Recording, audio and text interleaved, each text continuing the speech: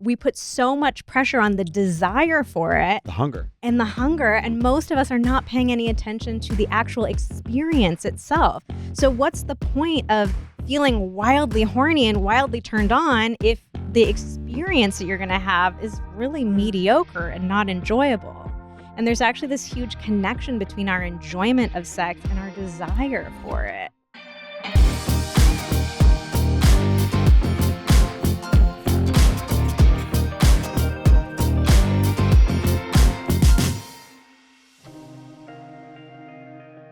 All right, we are sitting here with our friends Xander and Vanessa Marin, and I can't wait to jam out on this because this is like, we get to talk about sex and business. And so I get to satisfy my inner 16-year-old, which you say I still am inside, and I get to satisfy my 40-year-old business guy on the outside. So, and we're going to drop this on both platforms, which is really exciting. People are probably like, what are we all going to talk about today? Because we don't normally do this on our podcast. I mean, it's the best of two subjects. Okay, so let's get right. I appreciate you guys for going there because a lot of people won't. I mean, let's be honest, it's still a really taboo topic that's very difficult for most of us to talk about. So I appreciate you both for being willing to go there with us. We also think there's more overlap than most people think. That's what I'm excited about. Yeah, you're spot on that there is so much overlap in this. And I think that's what people will end up discovering today. One absolutely has an effect on the other and vice versa. So here's where I wanted to start. Vanessa, you are a sex therapist by trade, right? So it makes sense how you guys ended up in this business. Xander, you're not. You're just like not at the all. dude that got roped into this. So without telling your origin story, would you mind just sharing day one of when you went to each other and said, babe, what if we talk about this together? And it turned into this juggernaut business. Okay, so that was my idea initially. So I'm a psychotherapist. My training was all about don't talk about yourself. It's all about your client. But what I realized as I started the first few years of my practice is, I feel like sex is different because it's so taboo, because we don't talk about it. I think it's actually really important for me to share with my clients, like, I've been there too, because a lot of people assume because I'm a sex therapist, I have a perfect sex life, but I have been through everything. I've really struggled to orgasm. We've had mismatched sex drives, all kinds of stuff. So I started talking about myself more personally. And then I very quickly realized, I think we need to talk about our sex life as a couple and to normalize, like, you can be each other's person. You can be madly in love and still have ups and downs.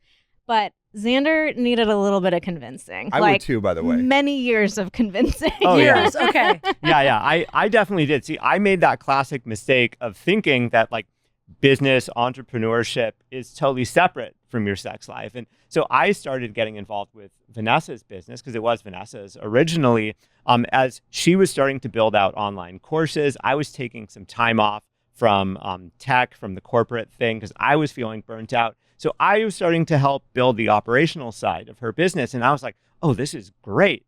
I get to do business stuff, but I don't have to really talk about my own sex life, any of the stuff that makes me feel a little bit uncomfortable. So I was making that classic mistake, thinking that like you can have one without the other. But yeah, Vanessa started slowly but surely asking like, hey, what if we talked about some of our own struggles? What if we talked about some of our learnings? For me, my biggest blockage was I've just seen my wife for the last, for the vast majority of our relationship up until that point, training, going to school, getting licensed to be a psychotherapist, building up a sex therapy practice, building up an online business. And I'm like, I haven't done any of those things. So like, why, how is it appropriate for me to be trying to give other people advice on this until I started to realize, well, we're actually just everyday people. We are everyday, husband and wife. We're in a relationship just like anybody else. We have our struggles just like anybody else. And so it was cathartic to start talking about that stuff. And of course, once we started talking about stuff as a couple, that was the point that our business totally exploded. Because I think people really relate to that and it makes them feel like they're not alone. I know you're going to have something to say on this, but I just wanted to comment on that really quick. What I think makes you guys so special is that you have those opposite dynamics. You have the trained professional, and then you have the everyday guy. And it enrolls everybody when you guys share those opinions. I've listened to some episodes of your shows, obviously. And what I love is the two opposite takes sometimes. Sometimes they're the same take, but it enrolls everybody. It just doesn't feel like someone who is preaching from a place of, well, I'm educated about this, so it should be this way. It feels like a real life couple that just happens to have more knowledge than the average couple around it. Thank you. Yeah, Xander's official title is the regular dude husband. No, at this point, I do have a lot of knowledge and skills. So, regular dude plus. Yeah. Yeah, and I think people want to hear from that though, because I think a lot of people are like, my husband's like a regular dude, So I think that that's really important. Why do you think we neglect our sex lives as people who are hard drivers wanting to build something together? And even for people who maybe aren't working together, let's just kind of start there. Well, all couples struggle to prioritize their sex lives. We are not taught. I mean, where have we ever been taught? Like how to create an extraordinary sex life, how to maintain that great connection over a long term. So most couples, even though they won't want to say it, are really struggling in one way or another to like keep that spark alive. Yeah, our between Midwest the two parents didn't do that. Yeah. My parents certainly didn't do that. But I think as entrepreneurs, there are some unique dynamics to our kind that make this even more challenging. So a big one is simply that grind culture and hustle culture is so deeply embedded Different into kind the of spirit. grind Yes, culture. Yeah, different the kind of. wrong We were kind. joking about that in the car. The wrong kind of grinding. It's so embedded into the idea of most people's idea of entrepreneurship. We feel like if I really want to build something, I've got to put blinders on. I've got to put my head down, sacrifice everything else. Got to do it all myself. Yeah, and just focus on building this thing. And we cut everything else out of our lives. Now, fortunately, there are a lot of people, like you guys included, who are starting to talk about like, hey, we can't sacrifice everything for entrepreneurship. Our mental health matters. Our self-care matters.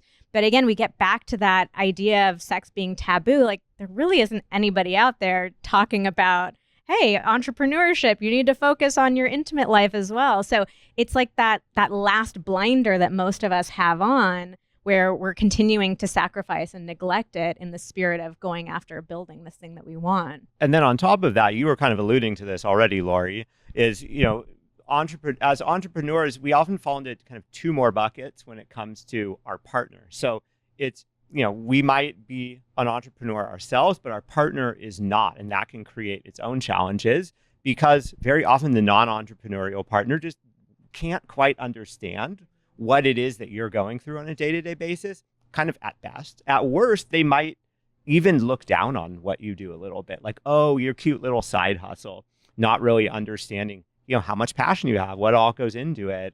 They might not even understand how successful you really are. And so that can create kind of some emotional connection challenges, just challenges feeling seen or heard. Then on the flip side, maybe you're both entrepreneurs. You're both grinding. Double the grind. Yeah, double the grind. And not the right kind. Yeah, not the right kind of double grind, unfortunately. And, with that, it's like, okay, now not only do you have to get on board with wanting to invest more in your sex life and your relationship, you also got to get your partner on board and you got to get those grinds kind of aligned. Yeah. And so when you think energy-wise, schedule-wise, desire-wise, it's almost impossible to get those to line up. Yeah. And that's kind of what you guys are helping people have conversations around and attempt to fix. How bad is it? If you had to quantify it today, in today's culture, people having sex or not having sex compared to what it was in the past, try and paint a picture of how bad it is so that people can feel normalized. Because you said something 5 minutes ago, you said, we think everybody else has these great sex lives. And we think maybe we're the only ones that put it on the back burner. But it sounds like damn near everybody is. Yeah, I mean, we get the really unique perspective of hearing the raw and honest truth from people in our community. People will reach out to us and say, I don't tell my friends this, or I tell my friends everything's great. We're having it 2 times a week. It's super passionate and exciting. But in reality, we haven't had it in months, or I can't remember the last time we're having it. So people overall are definitely having a lot more sex than we have in the past. And especially the younger generations are having way less sex than any generation for like many generations beforehand. So people are just not having very much sex. And the sex that they are having doesn't feel very enjoyable. It feels disconnected. In male-female relationships, most women will say, like, it feels like it's all about him. Like, It's it not? ends when he's done. Yeah, I know. Chris is like mind blown over here. Oh, we better back this way up. We better back this up. A lot of women will tell us, yeah, it's like the same old thing over and over again. When he's done, we're done. There's not really anything in it for me. So it feels, a lot of times couples will say like, we'll finish sex feeling even less connected than we did going into it, which is just a horrible feeling to have. What's working against it the most right now in society? Time and stress. Yeah, people feel like there's just not the time in the day. Where do we find the time in the day for us to even connect with each other? And the stress is really decreasing our libidos. Like I'm so overwhelmed. I have so much on my plate. It feels like there's no mental space for me to even think about sex. Although I will say, I do think that we over prioritize libido, and we can get into that if you guys want to, but I don't think libido is as important as most of us think it is. Interesting. Tell me, I mean, for so many women, for men, it's different. It's like they can just be like, okay, now. And for women, if we're really stressed out or we have so much on our plate, or it takes so long to get into a different mode. I feel like our, commute after work, whatever that looks like, I feel like it can be a little bit longer. Is that true or not? Like, what does that look like trying to get out of? Yeah, generally that is true. And that boils down to different desire types. So there are 2 different desire types. Most people don't know about this, and it's really important information for people to know. So they boil down to where we feel desire first. So there are 2 places we can feel it. In our heads, mentally, the idea of sex sounds good. Maybe it pops into your head randomly and you're like, where's my partner? We can also feel arousal in our bodies, like the physiological signs of starting to get ready for sex, getting erections, getting wet, that kind of stuff. And so the 2 types boil down to where we feel it first. So there's spontaneous, which is where we feel it mentally first, then the physical arousal follows. And this is most often men who fall into this type. And this is also what we see on TV and in the movies. You're just kind of like going about your day and all of a sudden like, ooh, sex sounds really good right now. Like I want to have it right now. But not all men, which that can create its own issues. Yeah. But the vast majority of men tend to fall into that type. Now, the second type is what most people don't even realize exists, which is responsive desire. And that's when we have to feel arousal in our bodies first, and then our brains catch up afterwards and start to say, this is feeling enjoyable. This is feeling fun. I want to keep going. So a classic sign that you have responsive desires, if you've ever been in the middle of sex or even at the end of sex, and you catch yourself thinking, this is really fun. Why don't I ever seem to want this? So the problem is that most of us are expecting to feel that desire in our heads. The random thought pops out of nowhere. Oh, I'm so turned on right now. But for most women, that's not how desire works for us. We have to be turned on in our bodies first. We have to have some sort of physical contact before the idea of sex is going to sound good. So if you find the average woman and you just catch her in a random moment and say, hey, are you turned on right now? Do you want to have sex right now? She's going to say no because she hasn't had anything happening to her body yet. She hasn't gone to Brookstone first. Yeah. With the massagers. Whenever I walk in there and like, is it just me or is this? Exactly. But a lot of it, because we don't know that this kind of desire exists, so many women will label themselves as low desire or even no desire because they're waiting for that mental thought to kick in. But that's just not how desire works for us. So let's take this a step further. For women and for men, what are some things we can do to get a little bit more into it? So, you mentioned how busy we are. We just slam down the laptop. We're stressed out from our day. The last thing you feel like doing is making the effort to get into something like that. How can you start to step into it? So the best way to bridge these 2 desire types is non-sexual touch. And I think this is a really interesting thought exercise for people listening. Like, try to think about, when was the last time my partner and I touched each other just for the sake of touching each other? This wasn't touch during sex. It wasn't a touch like as an initiation, as a lead up to sex. The sad reality is most couples in long-term relationships don't really touch each other that much throughout the day. And we've actually become kind of hyper-attuned or hypersensitive to touch. Like maybe Xander might come in and he's trying to give me a little lingering touch on my shoulder. And I start thinking, oh, he wants sex. And I'm not in the mood for sex right now. So I might feel myself like even start to recoil. Like I might pull away. Yeah. And you can feel that, right? Yeah. Like you can feel that. And it feels really, like, oh, shoot, she's pulling away from me. So we've made that association that we only touch each other when we're having sex or about to have sex. We need to break that connection and have more physical touch throughout the day so that it also gives the responsive person something to like feel connected to, something to get their body going. I think the second really big thing, which you kind of touched on, is that in a relationship where one person is spontaneous and one person is responsive, or even if both people are responsive, do you want to have sex is always the wrong question. Because like Vanessa just, showed us, for someone that's responsive, do you want to have sex right now? Unless you're in Brookstone or or whatever, like the answer is going to be no. So unless you just want the answer to always be no, then you got to start asking different questions. So we like to try to encourage people to think about it instead of do you want? It's more of, are you open to the idea of this, whether that's to start now or to start later, but are you open to the idea of having sex? Are you open to feeling turned on? And then you can start thinking about, okay, so what are some activities that we could start to do to kind of get the engine going rather than like, let's jump right now in this very moment to, the main event. Yeah, just changing that one word makes such a big difference. Because if somebody asks you, do you want to have sex, especially for us women, for me, it often feels like a pop quiz. Like, oh, wait, you were thinking about that? Like, I wasn't thinking about that in this moment. And I already feel like I'm behind or I've failed the quiz somehow. But if he just changes that one word, are you open to it? I'm like, oh, I don't have to be wildly horny and just full of desire right now. Like, I just have to be open to the possibility of connecting with him, open to spending some time with him and seeing where it goes. It just lowers the bar instantly with one word. I've learned two things. One, I think we're really good touchers throughout the day. Good. Like, I think the one area we absolutely excel is, and correct me if I'm wrong, I think we're good cuddlers, touchers. Like, I think we're pretty physical. And I think that probably helps. Yeah, it's very rare and it's really good. There's we'll wind down to a TV show, like one episode of something at the end of the night before we go to bed or something like that.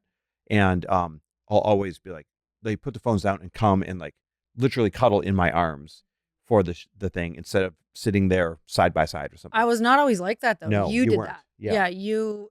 Oh, did he have to train you to be a cuddler? Xander had to train me to be a cuddler I was too. like I'm a physical touch guy. anti-cuddler. Lynn, he would tell me it was important. Like, once we started doing more personal development and I learned his love language and I was like, oh, he's, physical touch. And I'm just like, meh. Yeah. No, I feel exactly the same way. I'm words of affirmation. I'm like, sit over there and tell me how amazing I am. Same. And then you'll be ready. Stay over there. Just talk to me. But it's like, it does so many great things. Like, it helps him see that, like, that physical contact with you is important. So especially somebody who has a more spontaneous desire, they still are able to get some contact. But also it really builds trust on Lori's end too, because she sees you're trying to touch her just to connect with her. You're not touching her because you want something from her. Like, it's a genuine desire for connection with her. And so that really get how that takes the pressure away, because it's not like I love the pop quiz analogy. It's not, oh shit, should I be ready right now or not? Touch doesn't have to signify I want something from you, which takes the guard down. And I think one of the biggest challenges to being intimate is having your guard up when that may not have been the intention at all. Exactly. That's awesome. And it's like touch for each other too. Like, it's so interesting how hyper attuned we can be to touch. Like, Xander can touch me and I can know in that moment, like, he's touching my body, but it's for him, versus times where I can really feel that, like, he's doing that for me, to like make me feel good, to soothe me, to relax me. And a lot of women tell us, like, I feel like my partner, the only touch that they're giving me is because they want something from me. And that it feels really hard to trust your partner when that dynamic comes up. Tell me about the libido thing you were talking about. Yeah. So because of these different types of desire, like, that's why, this idea of like, are you turned on right now? We really need to like rethink that. But I also think, so Xander and I both love food. We make a lot of food comparisons too. And I think there are a lot of like interesting overlaps between sex and desire and food. So like, think about the last time that you guys had a really great meal. Okay. And if I ask you to describe that meal, you're going to tell me maybe about the atmosphere. I know you guys love having like dinners on the water. Totally. I feel like I've seen a lot of waterfronts. The presentation of the food. You're going to tell me what you ate, what it tasted like, what the flavors were like. You're not going to tell me, oh, it was so good, we were both starving beforehand. Right? Like, the hunger isn't the one and only thing. We're more focused on the experience. Often if we're too hungry, It sometimes actually it's ruins less the enjoyable. experience, yeah. Maybe you eat too many you wolf chips it down. before, you know, or like Totally. you eat too much of the appetizer, whatever. The bread. The bread. Oh, the bread does you in, right? But most of us are thinking about sex in the exact opposite way. We put so much pressure on the desire for it. The hunger. And the hunger, and most of us are not paying any attention to the actual experience itself. So what's the point of feeling wildly horny and wildly turned on if the experience that you're going to have is really mediocre and not enjoyable? And there's actually this huge connection between our enjoyment of sex and our desire for it. Like, if you're not enjoying the sex that you're having, why would you crave it? That makes zero sense to crave it.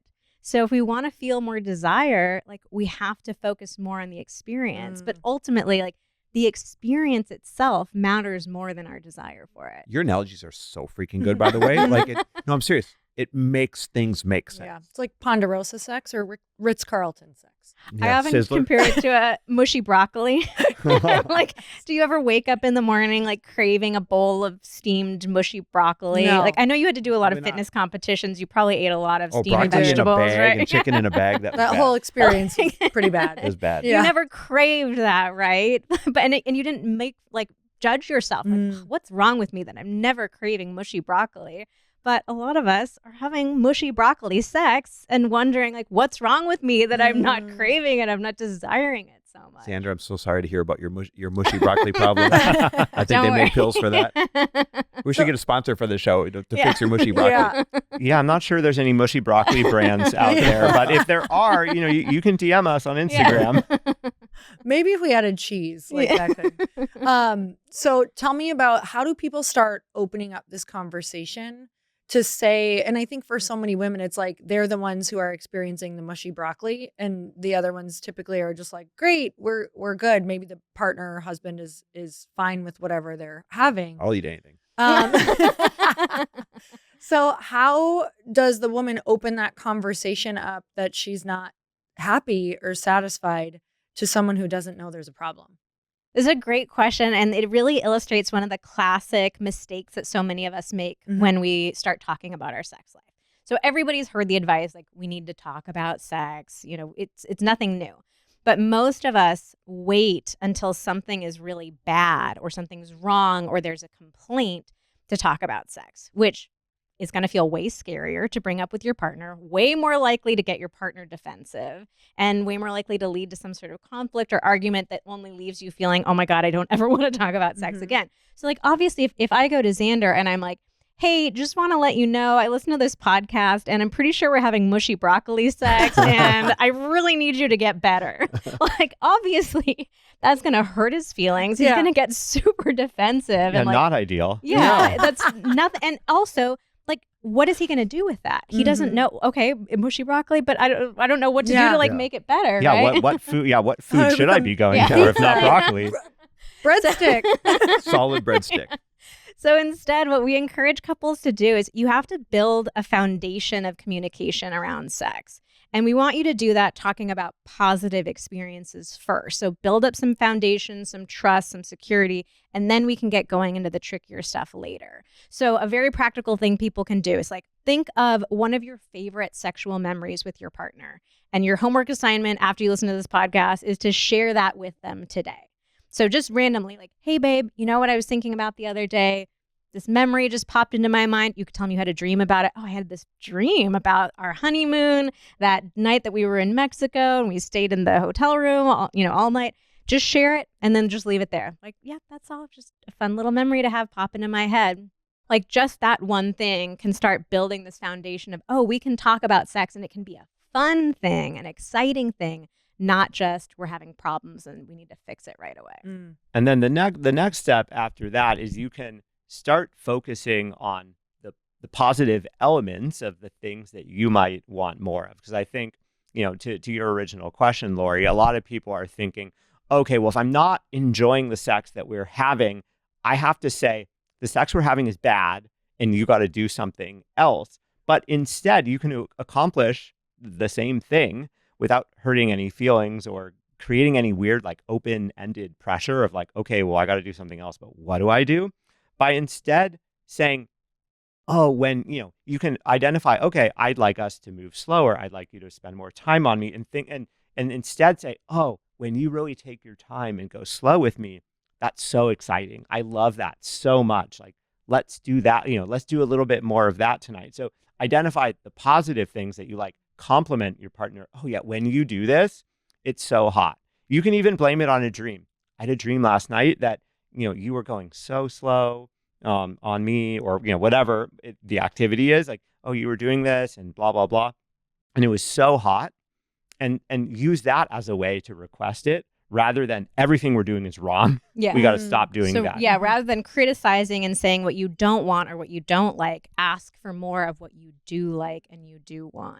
And yeah, just that rephrasing, like saying, oh, you're always going so fast, you're just rushing to intercourse, like that feels terrible. But like Xander said in that example of like, what's so hot is when you go so slow on me and you're just getting me to the point where I'm begging you for more. It's like, that sounds sexy for your partner to hear. Instead of a penalty. Yeah. And it feels like, it's telling them what you want them to do. It's giving them like the key. So they feel really excited to do that rather than chastise or criticize. And then after you do that, continue to validate and give praise. Like, oh my God, that was so good. And what you can even say is, because I think a lot of people are worried, okay, well, he'll do that one time and then it'll go back to the way it was before. So what you can do is say, man, that was so good. I'm starting to realize how much better that is for me, how much I really enjoy that. And so use that as a way to start asking for it more. It's like, oh my God, that was so incredible. I want even more of that. And like, wow, like that makes me want even more sex. Isn't that exciting? Like that can be such a great way to, get him to kind of understand like, oh, this is more of a long-term change that we need to make. I love these because it makes it easy to talk about. But the thing that's still difficult is bringing it up for the very first time if it's a great big gap in your relationship, right? So while the advice of, hey, blame it on a dream, hey, keep it positive, is phenomenal advice, it could still be very scary for people who aren't bringing it up in ages to even bridge that gap in the beginning.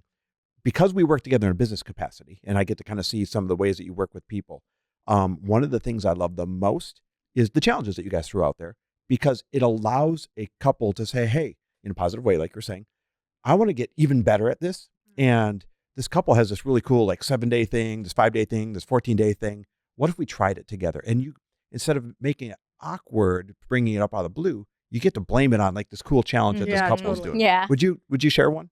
Yeah, we really design our guides and our products to be something that's like easy to bring up with your partner and bring it up in a really fun and playful way. So we don't have any guides that are like, you suck at blowjobs, here's how to get better. Great title for one, though.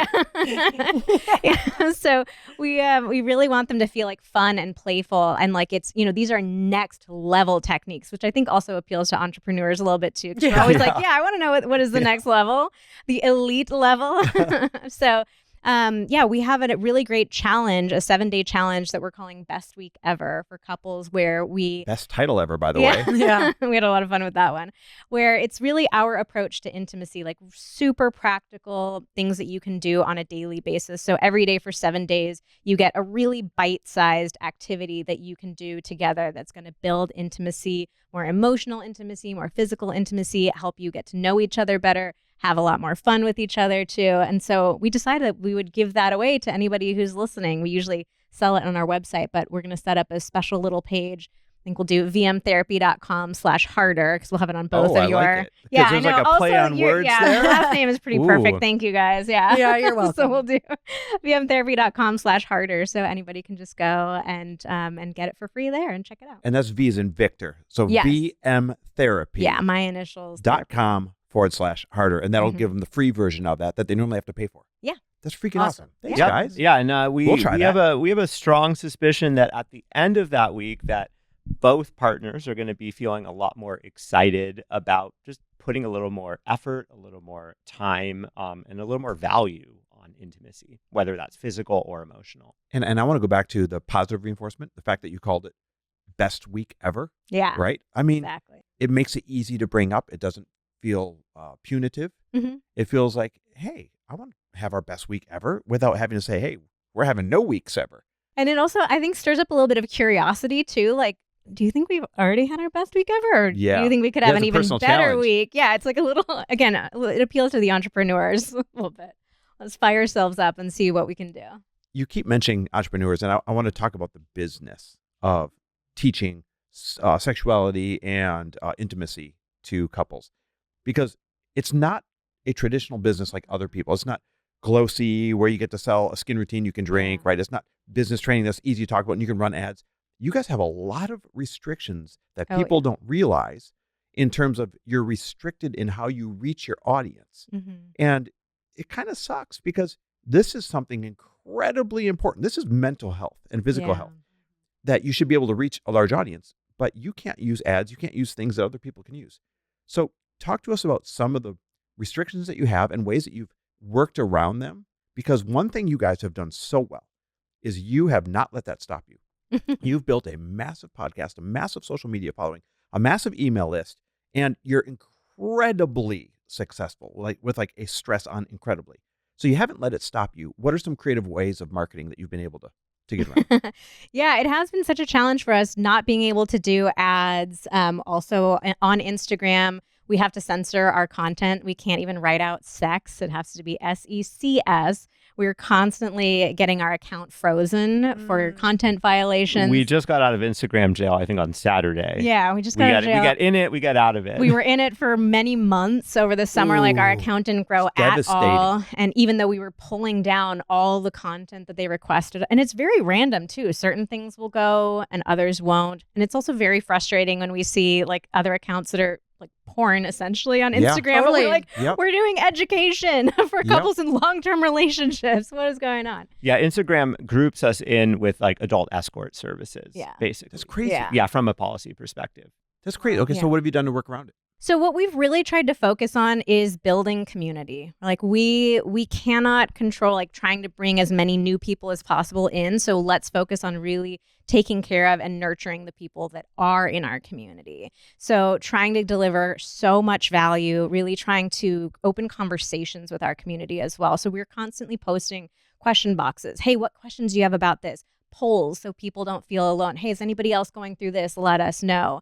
We'll post a question one of our community members asks, we'll post it anonymously and ask people, hey, what do you think about this? What advice would you give? So we're really trying to facilitate conversations and also make people feel like they're part of our movement too. Like I shared on Instagram, like, hey, we're back in jail. This is really frustrating. Can you share our account with your friends? Can you, tell somebody about our account because we can't get out other ways. So it makes people feel like, hey, I'm a part of something. And I am a part of trying to dismantle the shame and embarrassment, the taboo around sex. So it feels like bigger than themselves, which in an interesting way, I think also contributes to their own personal healing too. Sure. Another thing that we did that we have done really successfully to grow that really anybody can do, but we kind of keyed in on this because we couldn't run ads and weren't growing organically in the way that other people might, is we started reaching out to a lot of other people and asking if they would want us to do a story takeover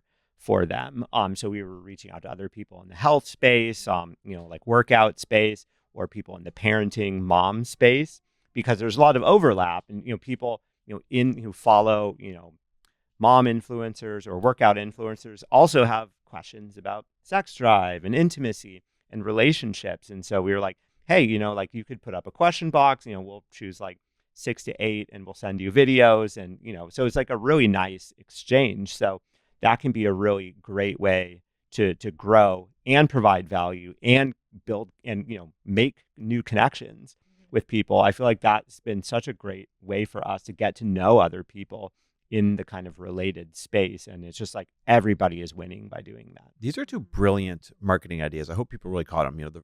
The what you were saying is story takeovers so that you can be exposed to other people's audiences. And what you said was asking for help. See, inside, people want to play the hero. And instead of saying, share this contest for just the sake of sharing it, when you're like, hey, we need some help, we've hit a wall, then people will want to come to your rescue and play that hero. And I would imagine you get 10 times the shares and 10 times the publicity when you're asking for vulnerable help, as opposed to when it's just like, hey, share this contest kind of a thing. Those are two great ideas.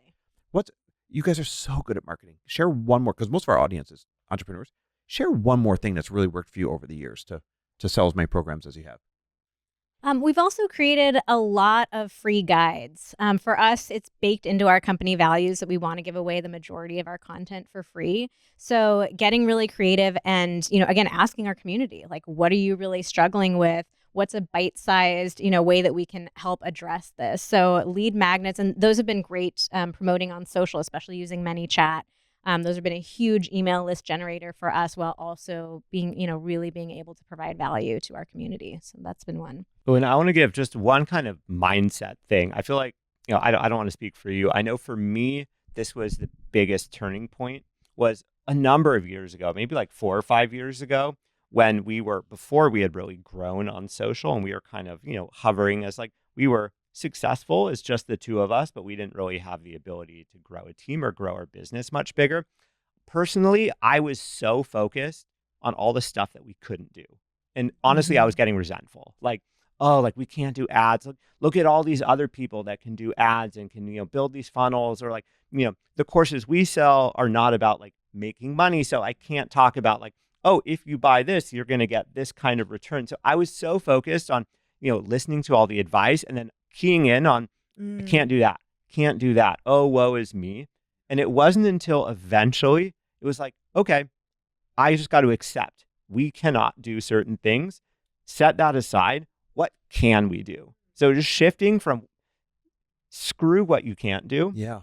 It doesn't do you any good to focus on that. Like, just literally make a list. What are the things that I can do? What are the things that are in my control? And then let's just shift all our resources over to there. That is phenomenal advice, because we all, I think, naturally as humans, it's easy to focus on how we are being the victim instead of seeing what you can do. And when you start focusing on what you can do, then you see more and more and more. Wait, I can do this. I can do that. It's just being solution minded. Oh, yeah. Or at the very least, like our brains are built to identify what is wrong. Like, that's a survival mechanism. And so it's so easy to look around a room and point out like, oh, here are 10 things that are wrong.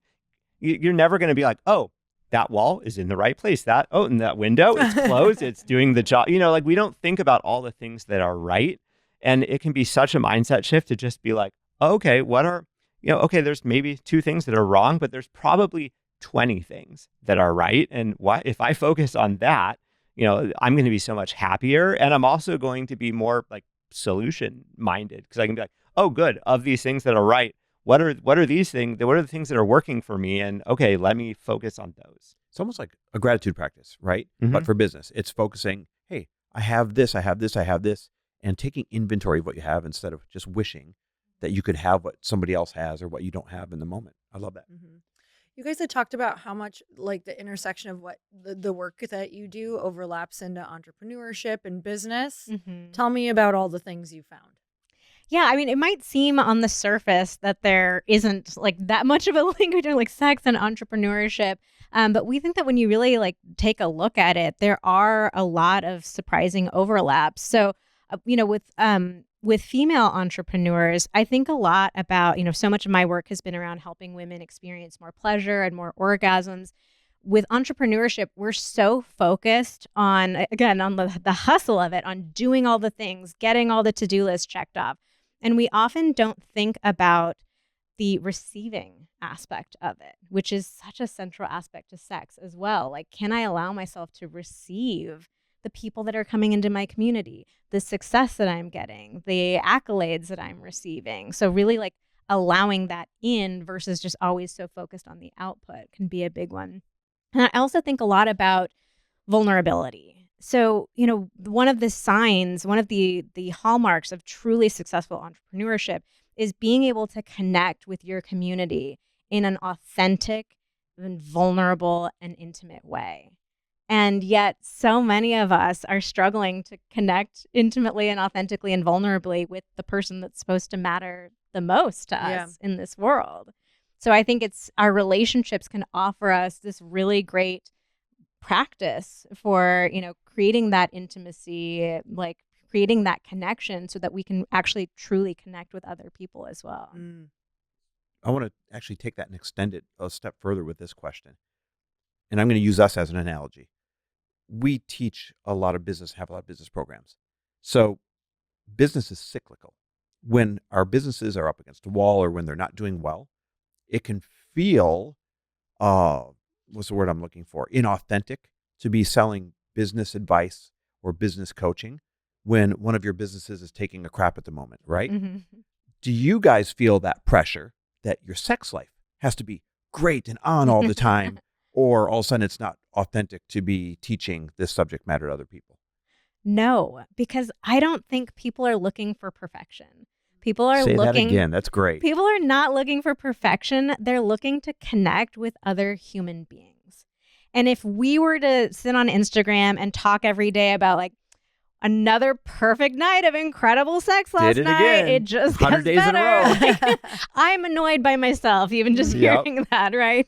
It would get so obnoxious. And like, why would I stick around? What would there be to learn? Mm-hmm. Like, people connect with us when we are going through something human, when they can say, oh, me too. I've been there too.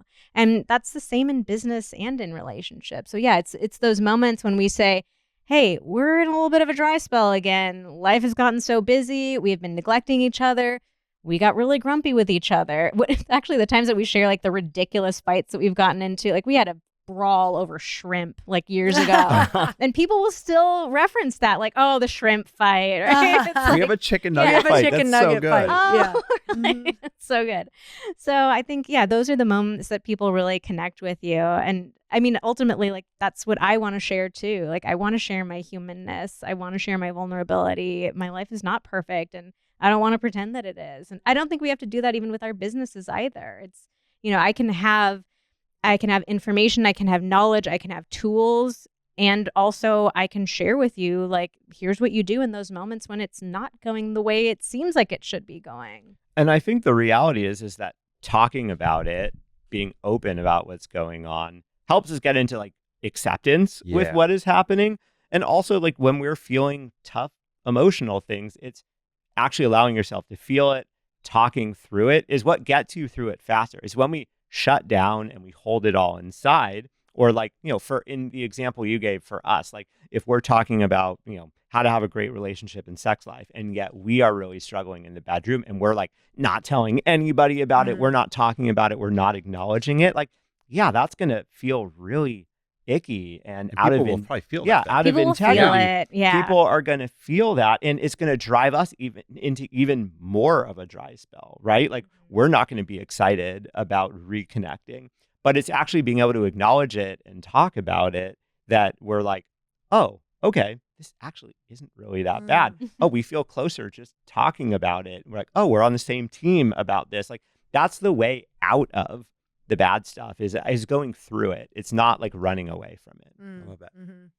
Oh man, I have two different questions. So I want to start with, even like this younger generation or people, I mean, I guess really anybody, but I'm really thinking of the younger generation right now too. Like what, Instagram and social media and like porn and all of these other things has done for the expectation around sex. Do you guys ever have to like talk to people around like what is the expectation that you even think you're supposed to be at, or what does that look like? Absolutely. Can I put out one more analogy before you answer it? It's like business too. Everyone watches people on Instagram and they think everybody has a Lamborghini and a mansion now. You know what I mean? Like it's this weird private helicopter. Here's what it looks like, but what's the real expectation? Yeah, I think some of the times that our audience has connected with us the most is when we talk about the reality, like sex is so awkward. Mm-hmm. It's this really funny thing that we do. And there's so many hilarious little moments of it, like you're falling out of a position or somebody farts or something like that. Bump heads. You bump heads. All kinds of stuff happens. But yeah, like a lot of people have this movie or porn picture of sex in their heads where everything just unfolds perfectly moment to moment. It's seamless. And that actually is really stifling. If you imagine trying to have sex like that, where it's like, there's, zero awkwardness, zero weirdness. It's just, got this flow to it the whole time. Like, that's just not how bodies work. And it's really a lot of, we talk a lot about sexual perfectionism too, where people like want that, moment to moment perfectness to unfold.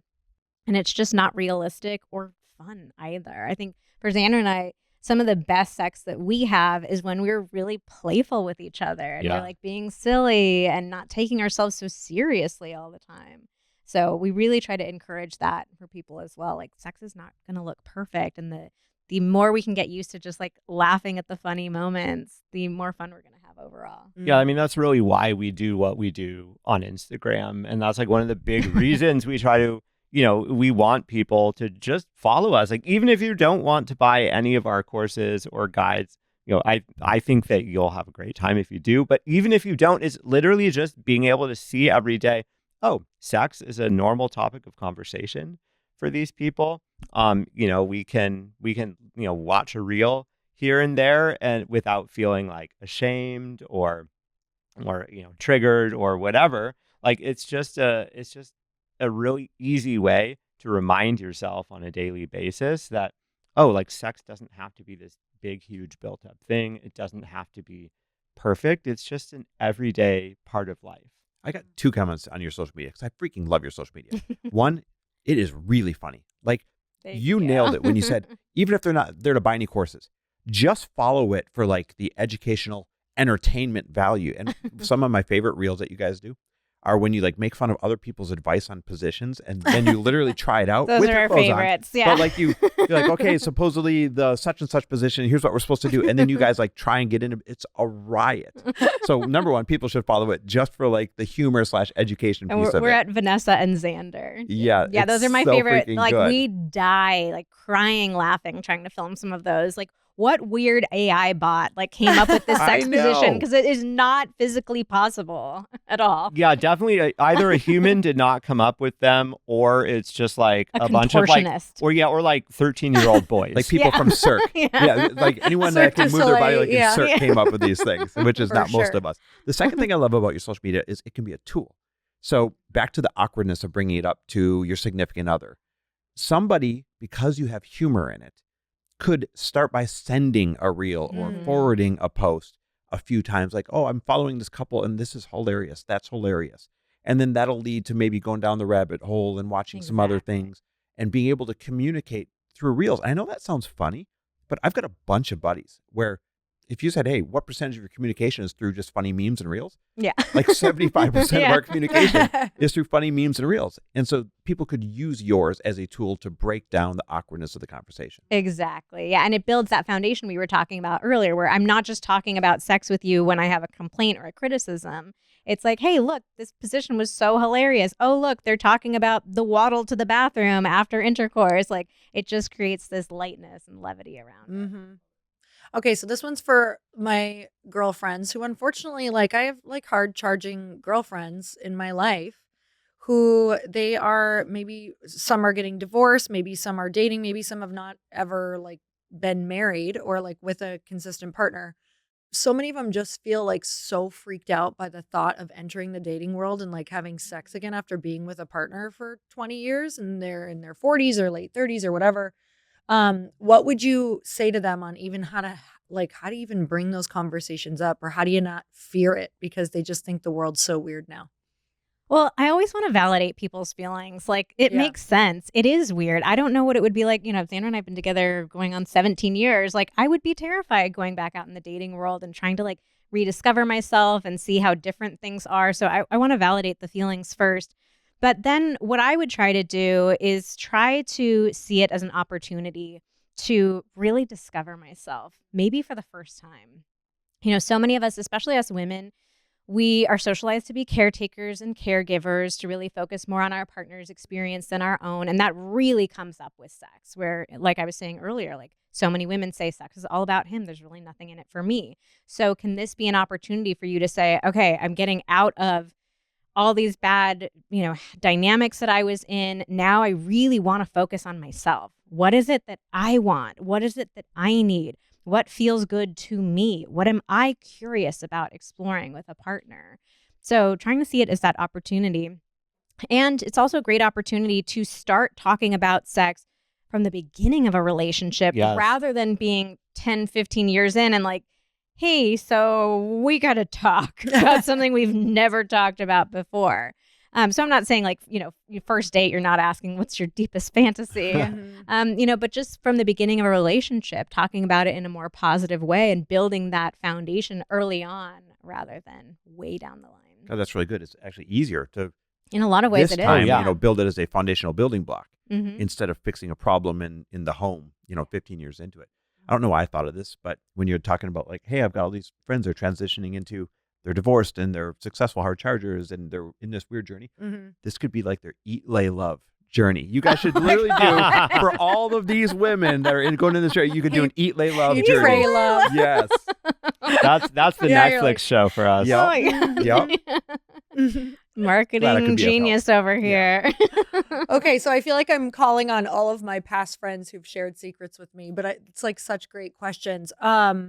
So I'm thinking of when a man or a woman, we won't even go there, but says like, this person is like my best friend. I'm obsessed with them. I want to be with them, but I just don't think that I'm wildly attracted to them. Are you supposed to be wildly attracted to your partner? This is good. Oof.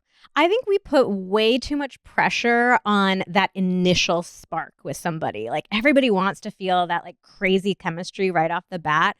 But I think that true sexual chemistry is really something that develops over time. Like it needs time, it needs trust, it needs nurturing. So obviously like you're going to feel from the beginning with like, yeah, no, I'm not really interested in getting to know you anymore. Like there's there's a cutoff in that way. But I would say like give it, if you're feeling like there's a potential with somebody, give it more time to develop rather than all this pressure that it has to be perfect and wild and spicy like right from the very beginning. I think also, we were talking about like spontaneous versus responsive sex drive. If you are a responsive sex drive type and you are feeling like you're struggling with attraction or sexual attraction to your partner, maybe remind yourself to kind of take some of that pressure off. Because just like we were saying, like it's not normal that you would just have a raging high, like I'm constantly thinking about sex all the time. You're also probably not thinking, you would therefore not be thinking, oh, I'm so sexually attracted to my partner at every single moment, but instead focus on, okay, how can we have the best sex possible when we are having sex? Then ask yourself in that moment or right afterwards, how do I feel about my sexual attraction to my partner? Because my guess is that you're going to feel a hell of a lot more attracted when you are actually connecting sexually and having really awesome, pleasurable sex. If you're not having great, enjoyable sex that is for you, then of course you're not going to be super sexually attracted to your partner, and you're definitely not going to be sexually attracted to them when you are not even thinking about sex. And I also find that for women in long-term relationships, if a woman tells me like, yeah, I've been attracted to my partner in the past, but like now there's zero attraction there. Often what I find is that that's more about the emotional connection and emotional intimacy than it is like, oh, I just woke up one day and you were hot yesterday, but now you're ugly today. Like Sorry, that buddy. doesn't really happen. It's more like I don't feel emotionally connected to my partner. And so therefore he's not feeling as attractive or appealing to me. So yeah, so I'd really focus on like, what is it that you need to feel emotional connection again? In a lot of cases, the physical attraction issue really resolves itself. That makes really good sense, because how many times have you met someone and in their first judgment, you're like, oh, that's a hot person. And 2 minutes into talking to them, they're like a wildly unattractive person. Oh, yeah. It's Yeah. more about that chemistry and that connection and the emotional connection than it is the physical makeup of it, even though that's important too. So just to normalize anybody listening right now so that they know anyone can come back from anything, what's the weirdest freaking problem that you have helped somebody through? Oh God, there's so many. I'm going to have to let you answer this You one. each have to answer one. I mean, so, okay, first of all, I gotta say, the interesting thing is that most people think that their issue is so weird when it's so normal. Like, we've heard people saying, like, oh, I don't love the way my partner kisses. Or, like, I remember one that always sticks out to me is a woman said, I want to kiss my husband more. Is that weird? Oh, wow. Like, it always breaks my heart, like, because we don't talk about sex. Like, everybody thinks the most mundane thing is so weird to them. So a lot of stuff is very normal. But I will say, we also, humans are interesting. We do a lot of weird stuff. Like, we definitely hear all sorts of interesting stories. The most unusual one we heard lately that I cannot stop thinking about was a woman who said that when she and her husband have sex, he listens to podcasts. What? And I apparently had always so has. many questions. Like maybe sexual ones that help them? We don't We don't know. Maybe it's like your a business podcast. Yeah. Yeah. hope not. I'm not Maybe sure if it's she ours. Let's hope knows. not. I don't know. Like, yeah, it sounded like it was something that had been going on for a long time. Yeah. But I was like, how did the first time that Xander would pull out his little, earbuds and Earbuds? put them in, like, I would be, babe, what are you doing? Like, what is happening? Maybe it's So I like don't he understand. pictures himself as like, maybe it's like a Dragon Slayer podcast and he's like a hero. Getting into the, like, I don't know, but like, can't you just play it on the speaker in the bedroom? Yeah, So let's you can all be a in there part of this. together. Yeah. Oh my God. Did she elaborate? Does he put in headphones or does he She play it out didn't. loud for I her to just hear got too? a small DM I'm on like, Instagram. could you and please I go was back like, and I ask her need- now? we asked all the follow-up questions and I'm like still have not heard back from her. But yeah, I'm like, what is the podcast he's listening to? When did this start happening?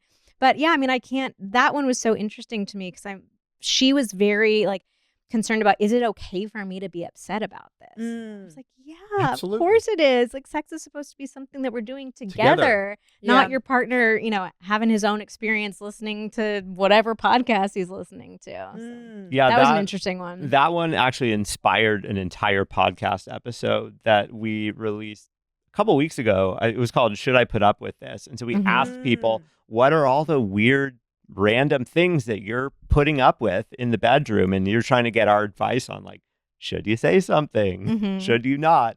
And one of the other just funny ones was that a woman wrote in and said that her male partner, 100% of the time they have sex, leaves his boxers on and just puts it through the hole. Okay. That is so bizarre. Okay.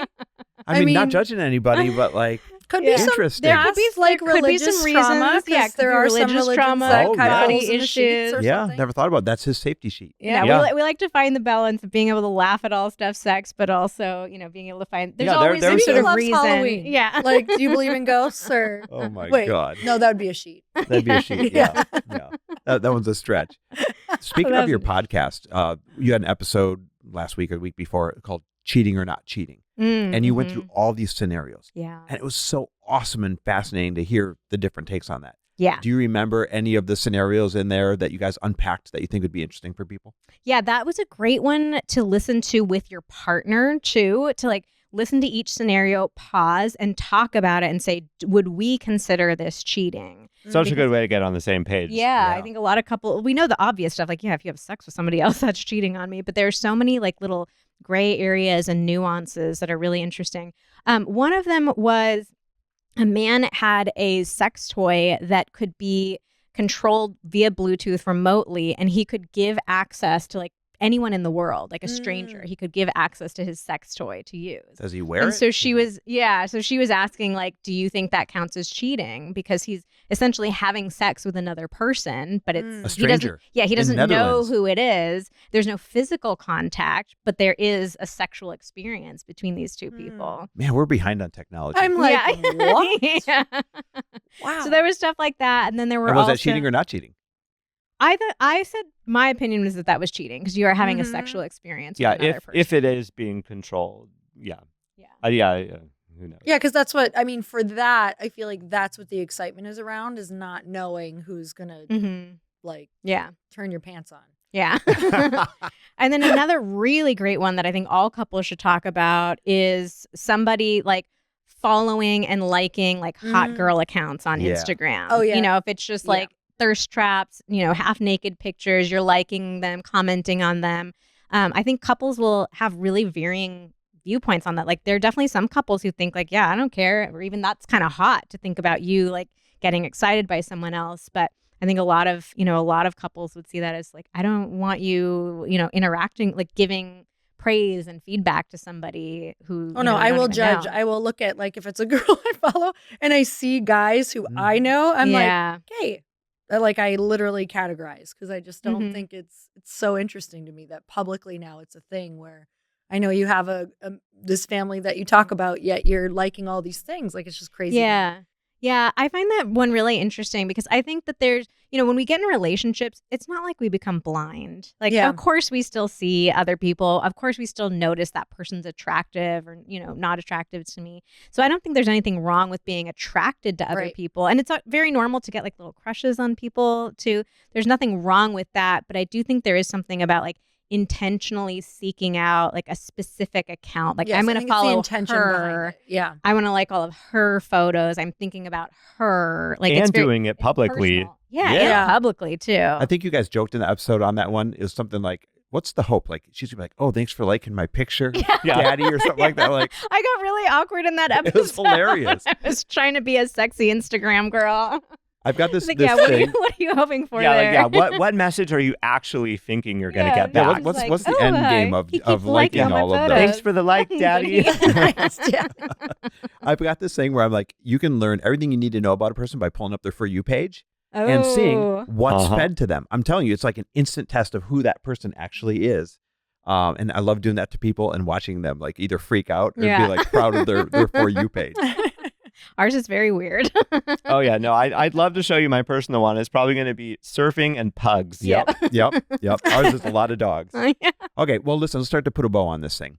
Obviously, you guys offer so much freaking value out there and in a way that is digestible and approachable and feels fun and feels safe in a subject that could feel the opposite of all those things. Mhm. So where should they follow you? Where should they plug in? And please, one more time, share the 7-day challenge. Yeah, so please come follow us on Instagram. We're at Vanessa and Xander, at Xander with an X, where you'll find us acting out all the weird sex positions and making fun of all the awkward stuff about sex.